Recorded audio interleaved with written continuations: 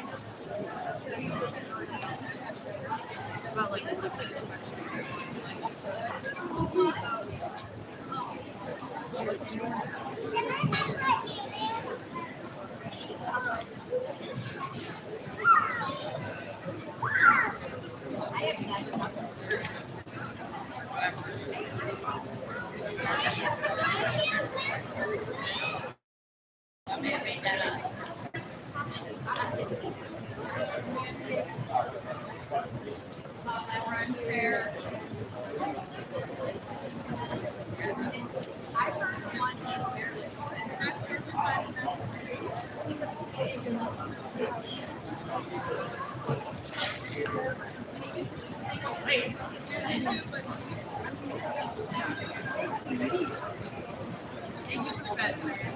Thank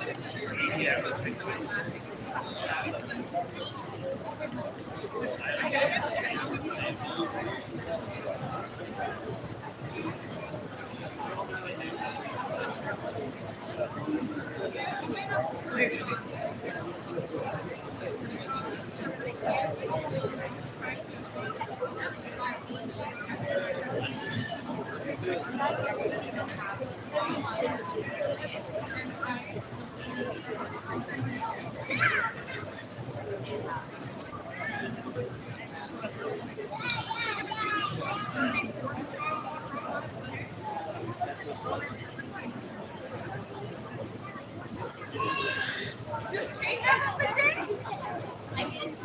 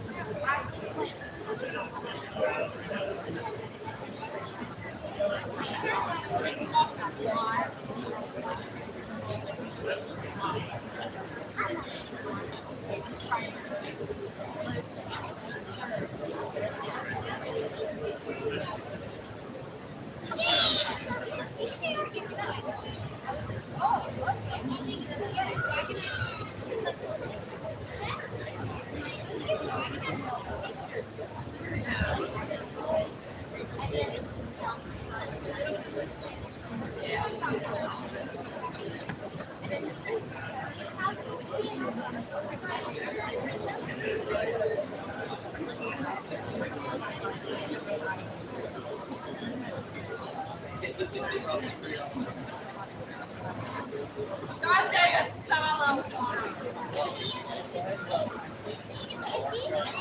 You don't even talk to me. Well, no, I got it.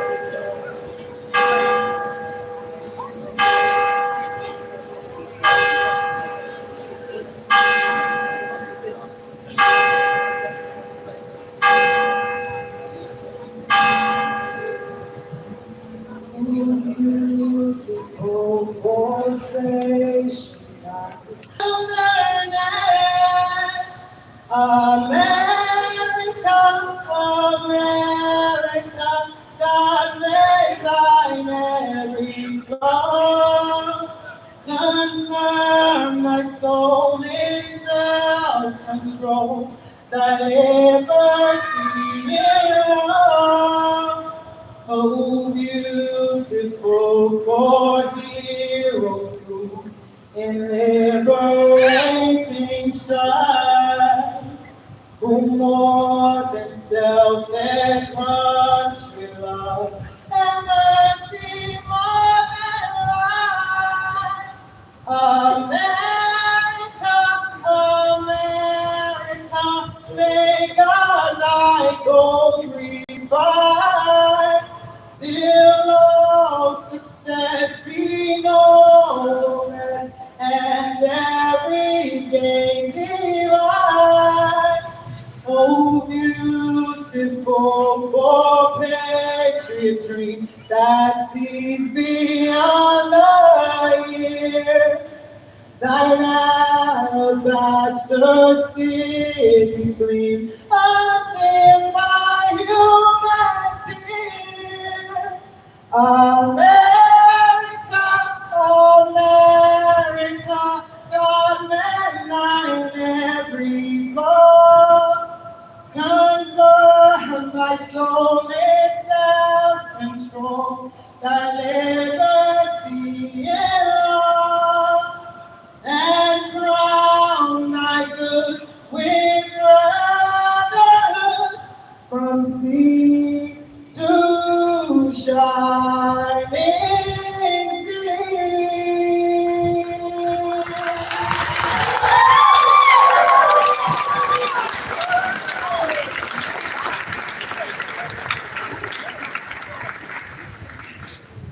William Kent, expelled from Oxford, disowned by his father, and imprisoned in the Tower of London for his beliefs, embodies the spirit of those who settled Pennsylvania and Franklin County. They came seeking freedom, opportunity, and a land that could sustain both body and soul.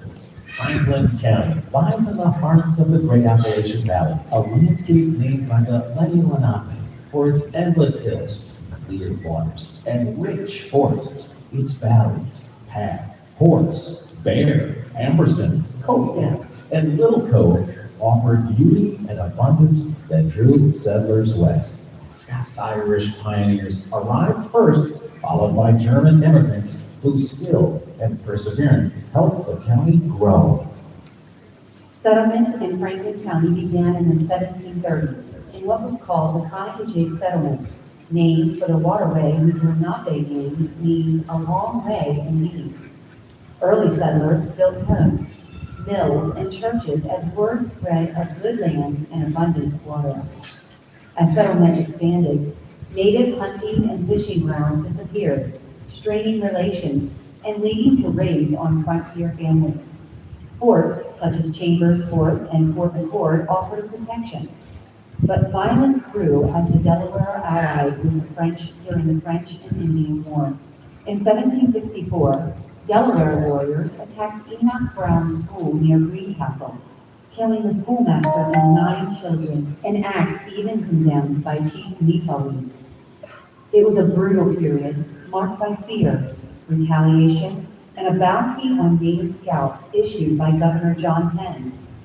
Not every Indian attack ended in death. Some settlers were taken captive to replace lost family members or to trade. In 1755, James Smith of Franklin County was seized while working on the Braddock Road. He was adopted into a Mohawk family, escaped, was captured by the French, and eventually returned home. Frontier attacks continued through the French and Indian War.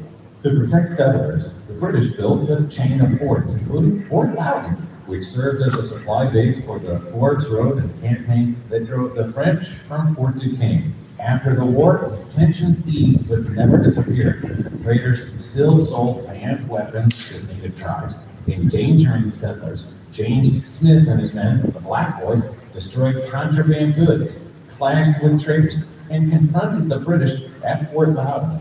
In 1765, after a 6-hour siege, the British surrendered the seized weapons and abandoned the fort, an act of colonial rebellion a decade before the Revolution. Thompson's Rifle Battalion, authorized by the Continental Congress. I, James Smith, and my Rangers actively fought against British soldiers at Fort Loudon. These British soldiers fought against us 5 times. I, James Smith, and my Rangers fought against British soldiers stationed at Fort Loudon at 5 different times. 5 different skirmishes we fought against them. We even kidnapped their commander, Lieutenant Grant. You must remember, in November of 1765, as Pennsylvanians built Fort Loudon in 1756, we retook and claimed Fort Loudon in 1765.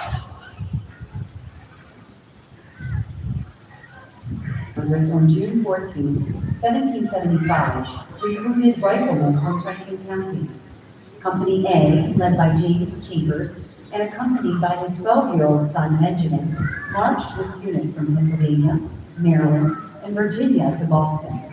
They fought through the long years of the Revolution and helped secure American independence. By then, the settlements had grown to about 13,000 people, many traveling up to 40 miles to Carlisle for county business.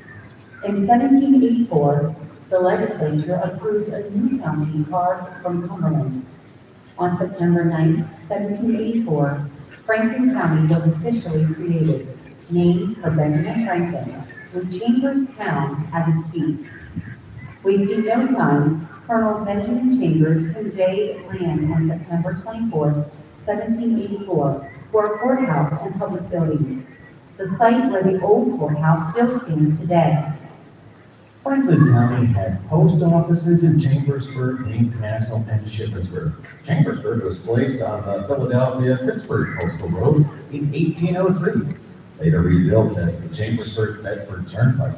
State funding in the 1820s expanded major roads across the county, strengthening its transportation network. The Cumberland Valley Railroad arrived in 1837, and until the Pennsylvania Railroad's main line opened in 1857, the fastest route from Pittsburgh to Philadelphia, ran by stagecoach to Chambersburg, then by rail east. Farming remained central, supported by mills, factories, and trade along these routes.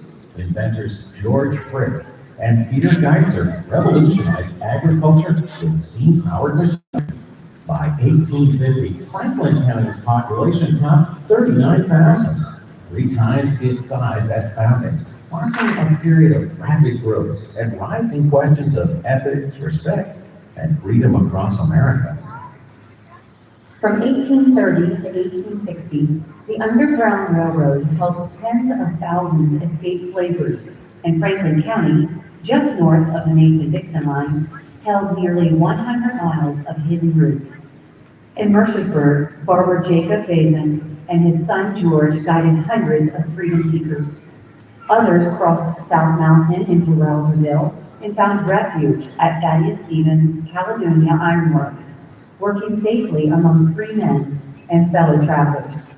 By 1859, Franklin County had become John Brown's northern base. He moved quietly through Mont Alto, Greencastle, and Chambersburg, appearing most as an older man who mixed mining work with a little fishing. On October 16, 1859, John Brown raided Harper's Ferry and was captured by Marine troops under command of Robert E. Lee. After a trial in Charlestown, he was sentenced to hang. I, John Brown, am now quite certain that the crimes of this guilty land will never be purged away but with blood. I had, as I now vainly think, flattered myself that it could be done without very much bloodshed. My uncle, President James Buchanan, is deeply troubled by the state of the nation and does not want to see it divided. Compromise, uncle says, is a way to preserve it. I love my uncle, he has been a godsend to my life. Shown me the world and allowed me to do more than women of my generation could ever imagine. Yet these tensions are deep, and though I tell him that God will guide the nation, I do worry about my country and my uncle. By Lincoln's inauguration on March 4, 1861, 7 states left the Union. President Lincoln declared the secessions legally void and vowed to maintain possession of federal facilities for the United States of America. 5 weeks later, on April 12, 1861, Confederate troops shelled Fort Sumter. Word of the shelling reached Chambersburg by telegraph, and Franklin County would never be the same. The time is July 1864. 15,000 Confederate troops, commanded by General Jubal Early, are moving through the Shenandoah Valley, damaging railroads and disrupting the Union supply chain. Confederate General Robert E. Lee is using Early and his forces to threaten Washington, D.C., hoping the pressure will force Union General Ulysses S. Grant to move troops away from Petersburg, Virginia, to protect Washington, D.C. Throughout the summer of 1864, Grant used Union forces to pressure Petersburg, where 5 train lines converged, knowing control of Petersburg would isolate and stifle the Confederate capital of Richmond. On July 4, 1864, Jubal Early's Confederate forces captured Union supplies in Martinsburg and Harper's Ferry. 2 days later, Early's men crossed the Potomac and entered Maryland. On July 9th, at the Battle of Monocacy, Union forces slowed Early's advance and allowed enough time for Union reinforcements to reach Washington, D.C. On July 11th and 12th, Early and his troops reached the outskirts of Washington, D.C., attacked Fort Stevens, skirmished for 2 days, and unable to make headway, retreated. On July 25th, 1864, Confederate forces seized Martinsburg. In the days following the occupation of Martinsburg, General Jubal Early reflected on the destruction of the Shenandoah Valley and considered his next action. Step back to a hot July day. Franklin County communities were growing and changing. The county's population was about 45,000. Farming was still mainstay, and acre after acre of farmland spread across the Mason-Dixon line into the great Appalachian Valley. It was the midst of the Civil War. After Franklin County served as a training ground for Union soldiers, and the Cumberland Valley Railroad carried supplies into the Shenandoah Valley. After Jack Stewart raided Franklin County in 1862, relieving of horses, clothing, food, and hostages, even after the Great Invasion of Pennsylvania in June 1863, when 75,000 Confederate soldiers camped throughout Franklin County, flying their flags over Lynchburg and Chambersburg before moving on to the battle at Gettysburg and the retreat to Monterey Pass. At no time was war closer to the people of Franklin County than on July 30th, 1864. Mr. Stark, look over there. It looks like there are Confederates in front of the hotel. I wonder what they're doing up. They're probably up to no good, Jacob. Oh, yeah, it's another hot day in July. We have had so many of them this July. But it's the 30th already, nearly the end of the month. But I expect we will have a blazing hot August as well. Oh, just look at the sun beating down on top of the county courthouse. It could be any Saturday here in Chambersburg, except for whatever those rebels are doing over there. I hope they enjoyed their breakfast at the Franklin Hotel. They probably taken this Confederate soldiers, even off the they took all of my chicken, and they left me nothing but this worthless Confederate screw. Jacob, us all coming out of the neighbors smoking hams. And then they were scaring the children. And then on top of that, they took the laundry right off the clothesline. You know, Mrs. Ludwig, she was baking some bread in her summer kitchen. When she goes out to check on the bread, all of the loaves are gone. Huh. You know, and I heard that they were asking about Ludwig's brewery and the apothecary. Well, I tell you, Jacob, look at them now, they're the devil in our town. Wait.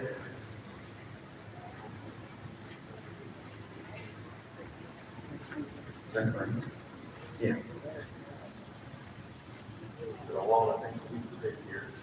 You, sir. I'm talking to you.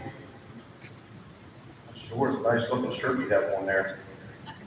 It's also a pair of nice sturdy shoes. What size are those? Doesn't matter. Give them to me if I'm making use of them either way. So what is in this?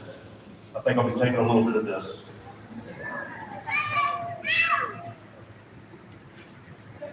Oh, that is some fine Pennsylvania whiskey we have there. Well, howdy do, ladies. For a bunch of Northerners, you sure are looking very pretty. Leave me alone, please. Yes, sir. Where going? Yes, sir. You are a brave young lady to stand up for yourself. Yes, you are. Oh, is that thunder I hear in the distance? Maybe we will have some relief from this heat after all. I think that is the artillery.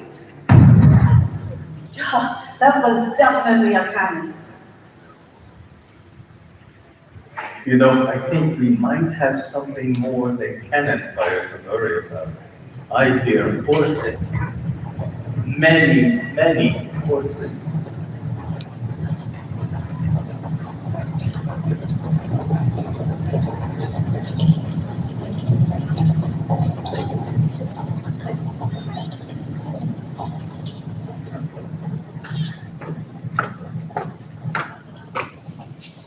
Citizens of Chambersburg! Citizens of Chambersburg! Gather around now! Gather around! Get around them! The friends! Come on now! Get over here! Get over here! Get around there! Get around there! Joe John Carson is here! And he demands your attention. Do not be foolish. Gather the leaders of your town. This is a matter of great importance. What's this going? Why are they gathering us together? I don't know, but I have a feeling we are going to find out very soon. People of Chambersburg, I'm here on official business of the Army of Northern Virginia. I'm General John McCausland, and I bring orders from General Jubal Early. Move closer, you must listen. The armies of the Confederacy have seen the devastation of the Shenandoah Valley. General Early witnessed with his own eyes the charred remains of burned homes, farms, and businesses. And he has decreed that it is therefore time to open the eyes of the people of the North to the enormity of those actions by an example of retaliation. The town of Chambersburg has been selected as the site of such retribution. I shall read his proclamation.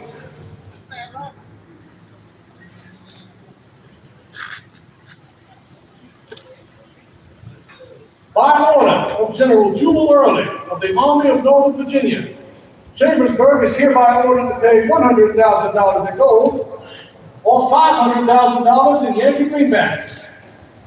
If this demand is not met, Chambersburg is to be burned. So talk among yourselves, gather your resources, and pay this ransom, else your town will be burned. These orders are official. This is serious. This is clear. You pay up, or you'll go. The ransom demand is clear. You better come together and pay the ransom because we do have our orders. Yeah.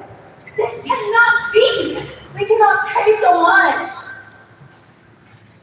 Use your time wisely and gather the money. Straight inside. Open your backpack. Bring us out of here.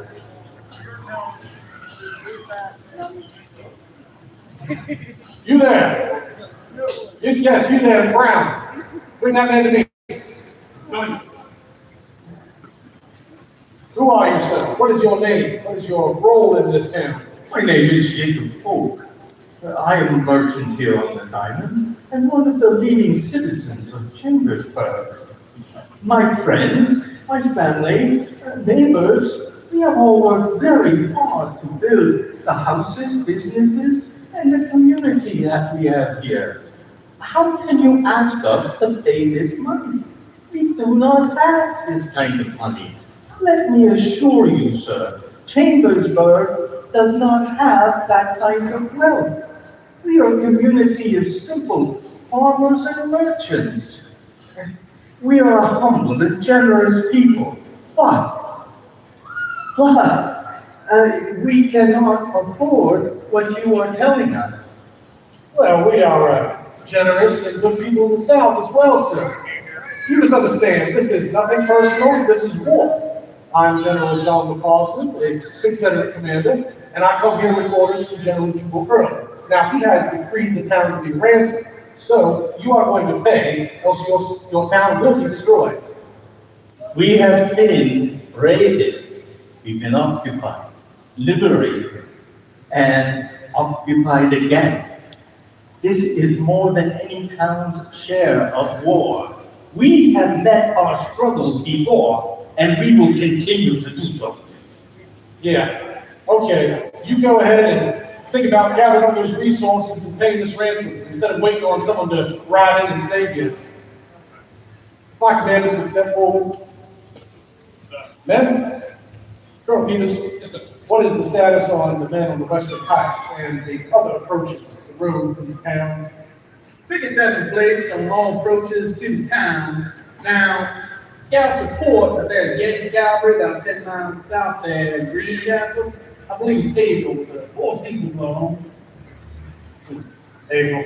Well, we've been able before, haven't we, boys? Yeah. We're doing good. I have no doubt we can do it again, but I do not wish to fight it here.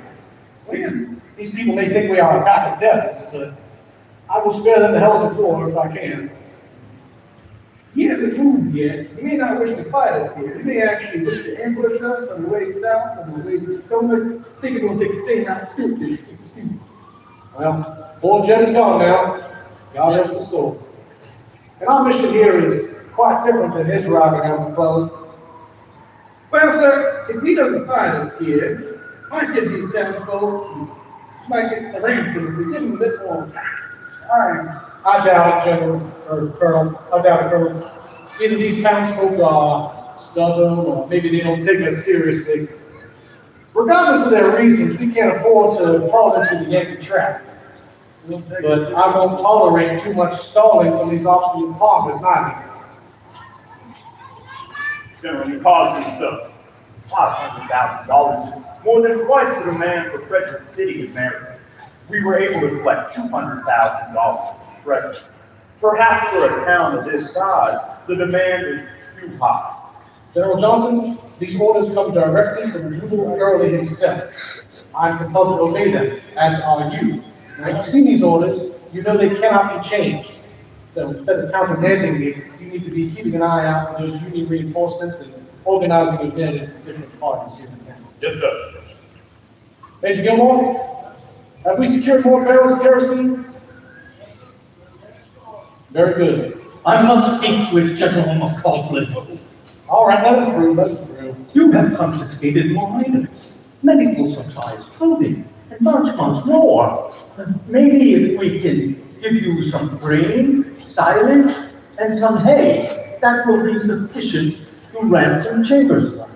I don't need any of that, sir. I need you to open up your pockets, your ladies' purses over here, your bank vaults across the way. Open them up, find what it is you claim you do not have, and give it to us before your town is destroyed.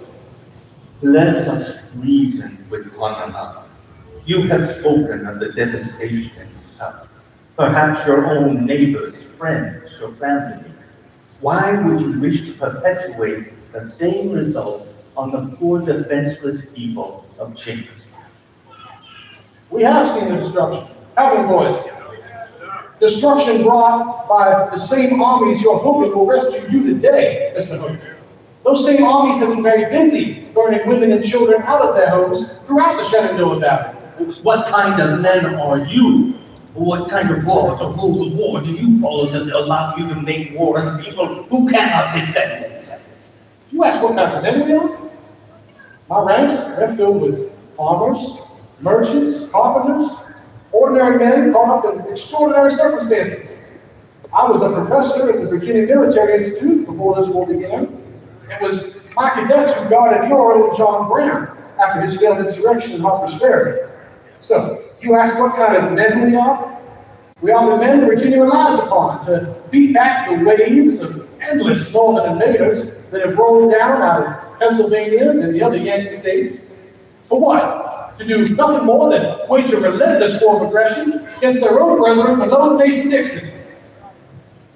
General, what you are demanding of us is more than we can give.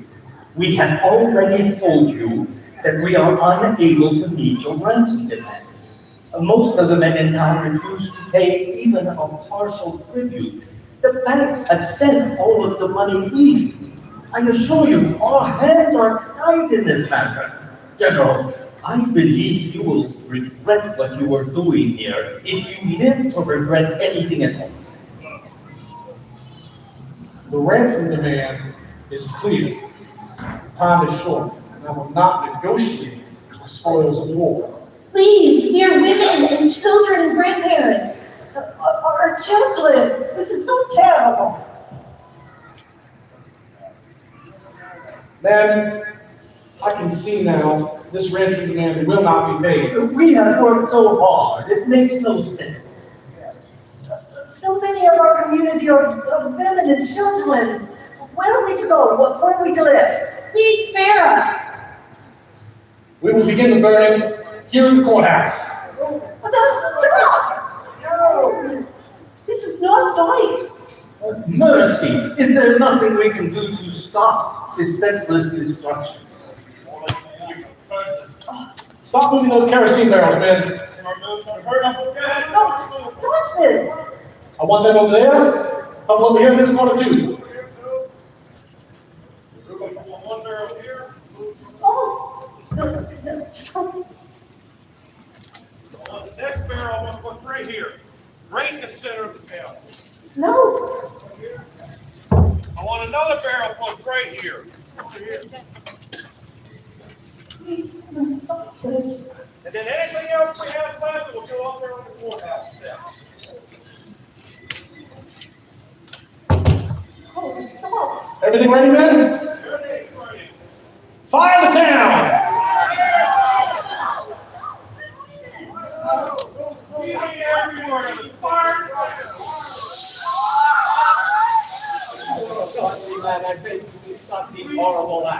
And if you are a godly man, you must understand that your town's fate is in God's hands. By your refusal, you have sealed that fate. It was your General David Hunter that began this destruction down in Virginia, where Southern families lost their homes and more. So I ask you, sir, where are those godly men of the Union? Where are they now? Where were they when those atrocities were committed?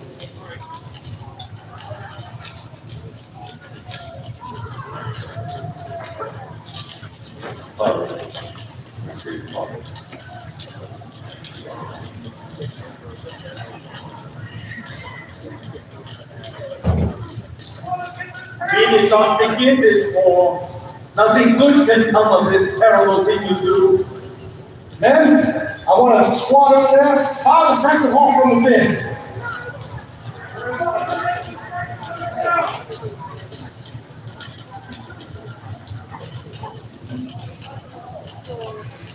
Leave. That's right. Perhaps Chambersburg's sacrifice will stop the Yankee armies from making war on the defenseless and innocent citizens of the Confederacy. You proud Pennsylvanians have refused to pay. Now, the devil is to pay. With each passing minute, another family was left homeless, as if the blazing heat of July was not enough. Young, old, and sick were left without a home to shield them. The entire heart of town is ablaze. Walls are crumbling and the smoke is so thick. People are fleeing. The stables are afire and no one has been able to release the livestock. It looks as if the paper mill has been fired too.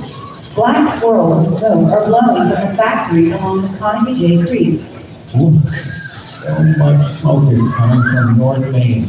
They're burning in every direction. People are fleeing into the alleyways just to throw their wearing. Rebel soldiers are not allowing them to take anything from their homes. Sacred family relics, keepsakes, portraits of deceased friends, and old family Bibles with the last from people's hands. They're beating in the doors with iron bars or heavy planks, smashing up furniture with an axe, throwing oil on us, and flying the match. For 2 hours, the work of desolation continued.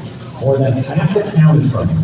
The wild glare of the flames, the shrieks of women and children, louder than all the terrible blasphemy of the rebels. It is such an unbelievable scene of war. The widow and the fatherless continue to plead in vain, but are not spared. They are helpless to stop the Confederate orders, and shortly will be homeless. As all hope of mercy closes, the pleading town folk flee. Little more kerosene over here. Little more over there too. Colonel Peters, I want you to take the detachment of men, find the convention house, the town hall, then move south on Main Street. General Collins, sir, is this being done by your order? There are women and children here, sir.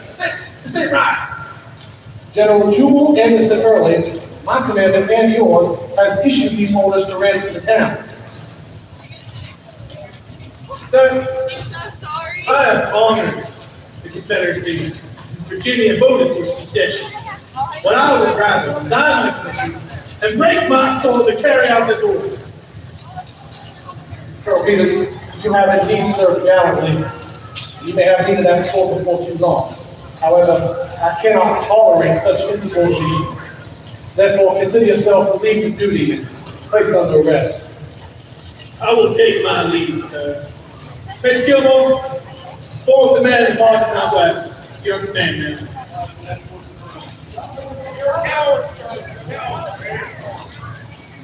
Major Gilmore, I want you to take a detachment of men, fire the mansion house, and south on Main. Then I want a team over there for the Sonic Temple to prevent its burning. Soon, not a house or building 2 blocks north, south, east or west of the diamond will be standing. People are fleeing to the cemeteries and fields around the town. Many are women, children, and older residents. Most are in shock. Invariably, the Confederate soldiers entered every room of the home and rifled through the contents of each room, appropriating money, jewels, watches, and any valuables, often holding a pistol to the head of the home's occupants and demanding money for their lives. In some instances, the townspeople offered bribes, and even when the soldiers accept the bribery, the homes are burned anyway. Major Gilmore? Yes, sir. Have your men completed the destruction of Alexander McClure's home to the north town? Yes, all fire and burning. Very good. As it should be, because Alexander McClure is an ally of Lincoln. That's right. He has criticized our Confederacy in newspaper for far too long. Over there, rebels are seizing a flag which lady has in their house. With some difficulty, she wrestled it from the ground, folded it around her person, and walked away from the burning house, past the Fury soldiery, determined that that flag should become her shroud. A woman and her children were ordered to have their home, as furniture throughout the home was broken and doused with kerosene. Citizens looked on with dismay at the destruction of their lifelong labor and history. Many, seeking refuge, fled to the cemetery, and there, in the midst of death, a woman gave birth to her firstborn child. General Johnson, have your scouts reported any approach by April? No movement has been reported. Very good. I believe our work is done here. Men, form all companies, rejoin the main body. Move to the high ground. Stay alert for new capture. General, has your glorious cause been served by the senseless destruction of Chambersburg? I find no glory in this devilish business, sir. It's a damn shame to come to this, and I may be damned along with it. Only the outskirts of Chambersburg remain. The courthouse, town hall, bank, the reformed printing establishment, every store and hotel in the town, and every mill and factory in the center of the town. And at least 300 and 400 dwellings are burning, and 2 churches are blazing.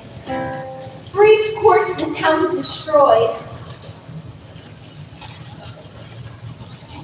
Crumbling walls, stacks of chimneys, and smoking embers are all that remain of once elegant and happy life.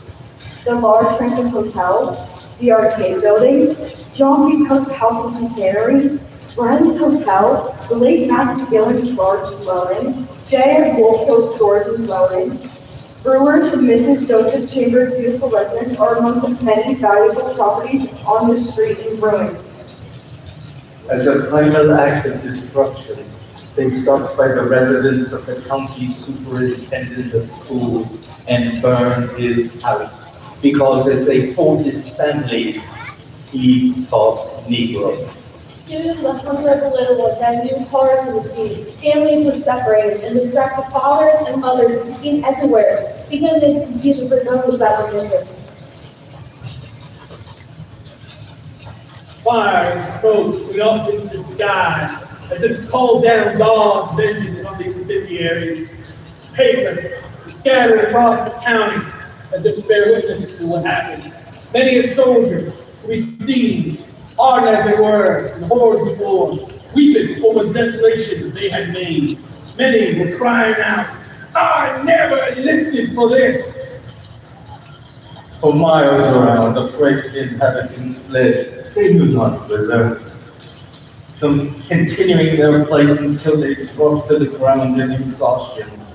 Pocketbooks, watches, clothing, valises, all fell out of women's and children's hands on the ground or were thrown there carelessly. In 4 to 5 hours, riding town was reduced to ashes. General Early's orders had been defeated, and the Confederate troops retreated.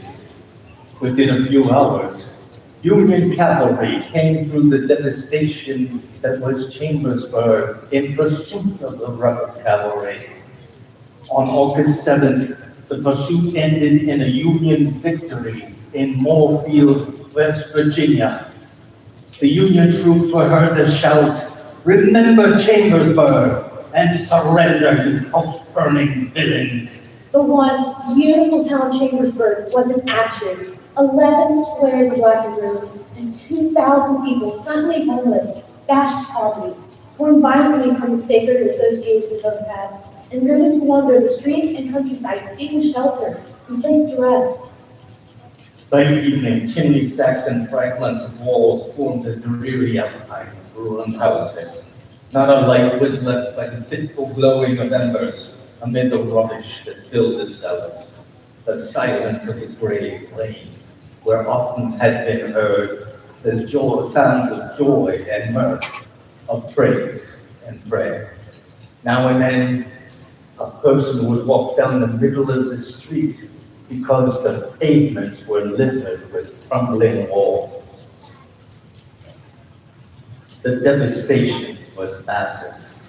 When the people were sure that the Confederates were gone and that the fires had subsided, they crawled out from their houses and their hiding places to see their town laid to waste. Evening crept in, and terrorists took over the poor people of Chambersburg. Sadness settled in. The homeless numbered more than 2,000. Many buildings that escaped destruction opened and soon crowded capacity. Some of the homeless made their way to friends and family in the outer areas of town, or other parts of the county. Others headed to the country to spend their first night after the Great Fire. Chambersburg, founded in 1764 and burned in 1864. But from around Pennsylvania, from around the Union, people gave, people helped, nourishing the homeless of Chambersburg and bolstered the spirit of community. Chambersburg survived. Day by day, we rebuilt and grew. The rebirth of Chambersburg is a testament to the spirit of its residents and the human spirit. We honor that spirit and the history that happened here.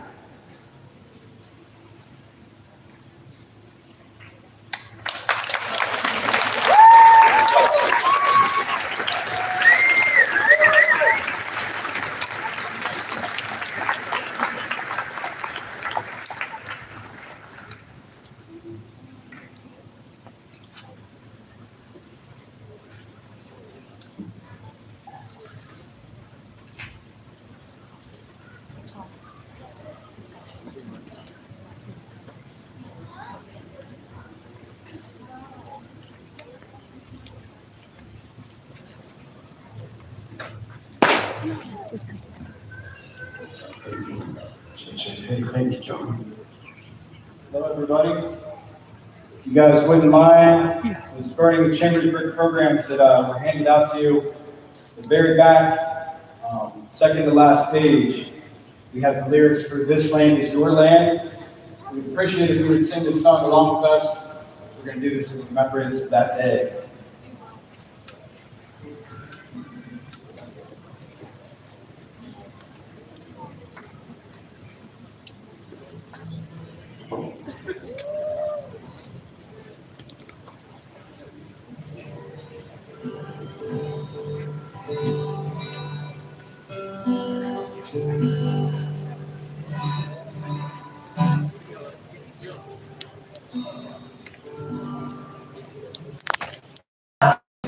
From California to the New York Islands, from the redwood forest to the Gulf waters, this land was made for you and me.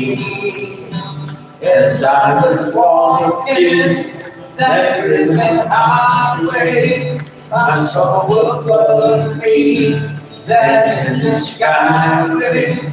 I saw below me that golden highway. This land was made for you and me.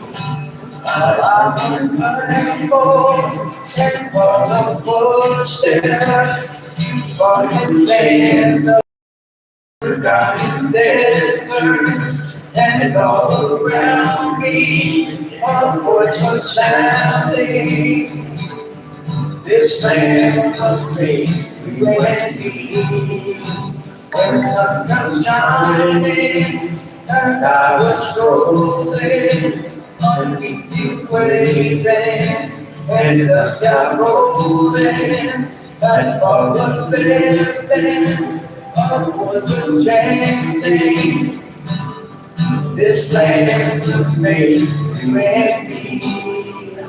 This land is your land, this land is my land. From California to New York Island, from Redwood Forest to Godly waters. This land was made you and me. Oh, this land was made you and me.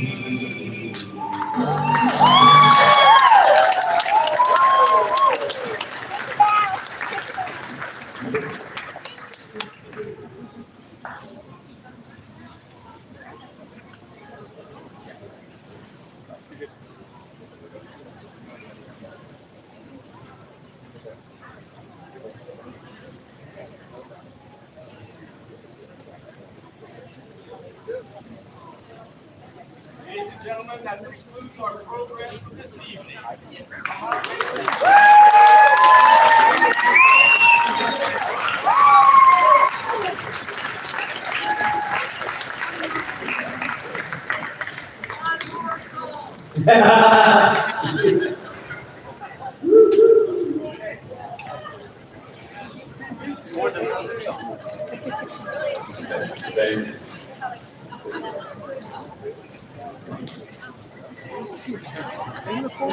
Yes.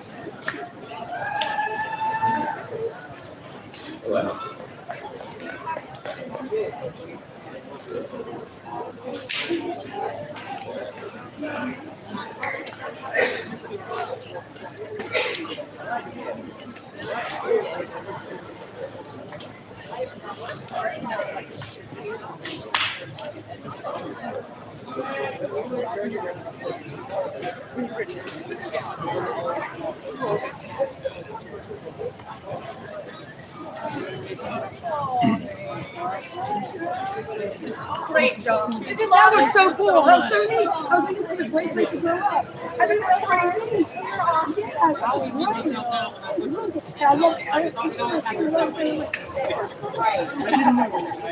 No, seriously, I mean, everybody and had the building with a fire. That was really cool. That was really neat. That was really neat. Really good job. Oh, yeah.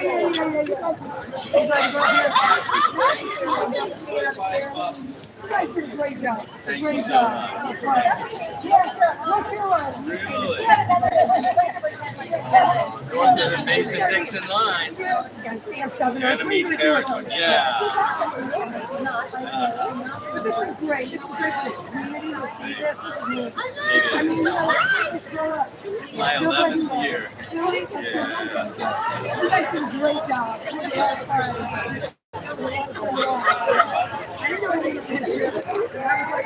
Another great year at it. Appreciate everyone for checking out the video. Don't forget to subscribe for more videos, more Franklin County life. That's what we're here for. I hope you liked it. Sorry about towards the end there, I got turned around. Still got to hear some great singing. Still got to see a great show. Very cool. I'll tell you what, let's turn this around and see some more everybody milling around and such. Thank you. I appreciate those thumbs up. Oh, wow. And this is our temple, right? Yes, awesome. That's great. All right.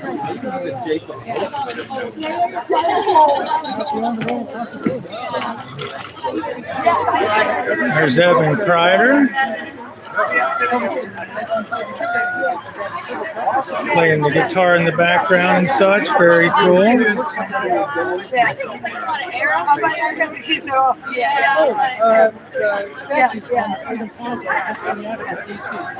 guys. I'll see you guys next time, okay?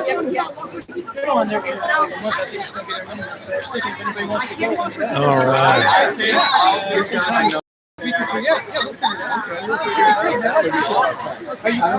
Okay, I think we're gonna pack up a little bit and mill around with everybody. Just take me a second. And you never got the other one.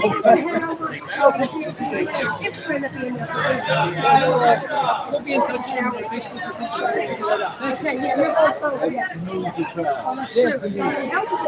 something. I'll take it. You guys did a great job. That was really neat to see. Yeah. Okay. Okay, good. I won't go around with you.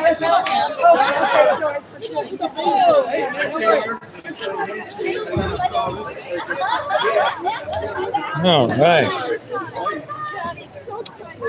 Almost there.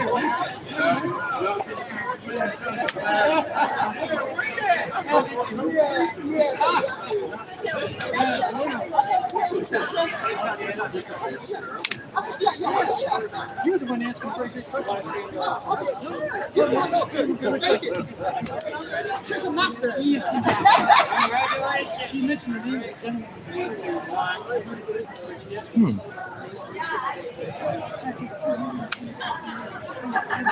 There we go. Oh my God. I'll send it to you. Took forever to get packed up there. Yes, thank you. So happy to see you, Rema, and everybody else. Like, you guys get on stage? Yes.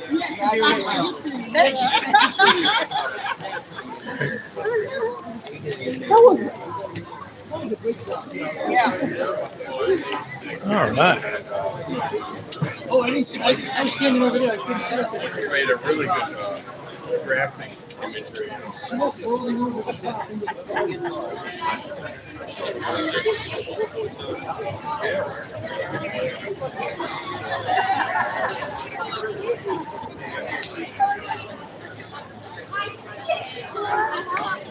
Ooh, that was bright.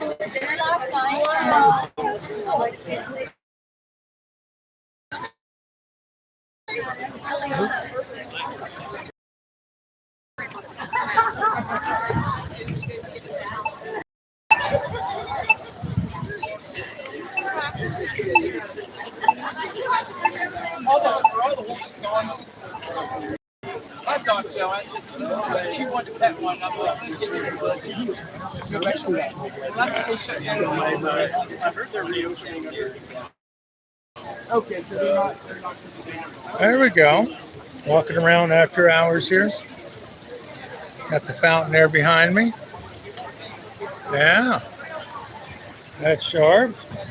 Now that would make a beautiful picture. Yay! Yeah. That's cool. All right. Good stuff. Good stuff. Now for that long trek to the car. There we go.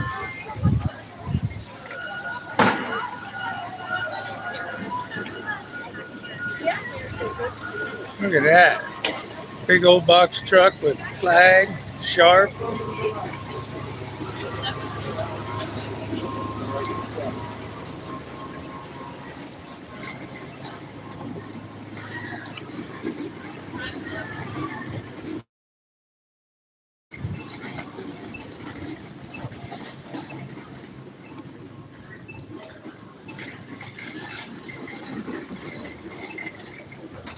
All right.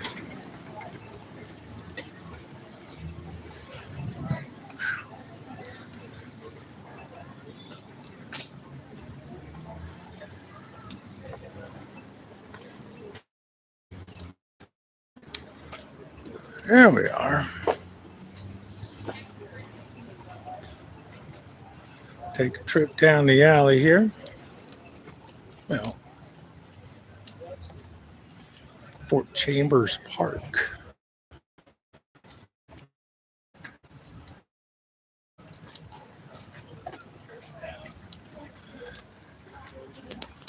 See the mural there?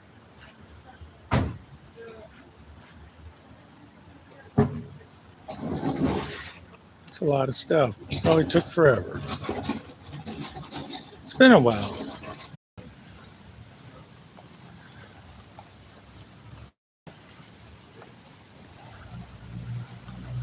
It's one of my favorite cuts.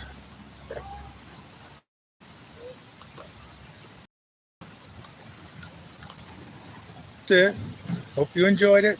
We'll see you again tomorrow. Catch you later.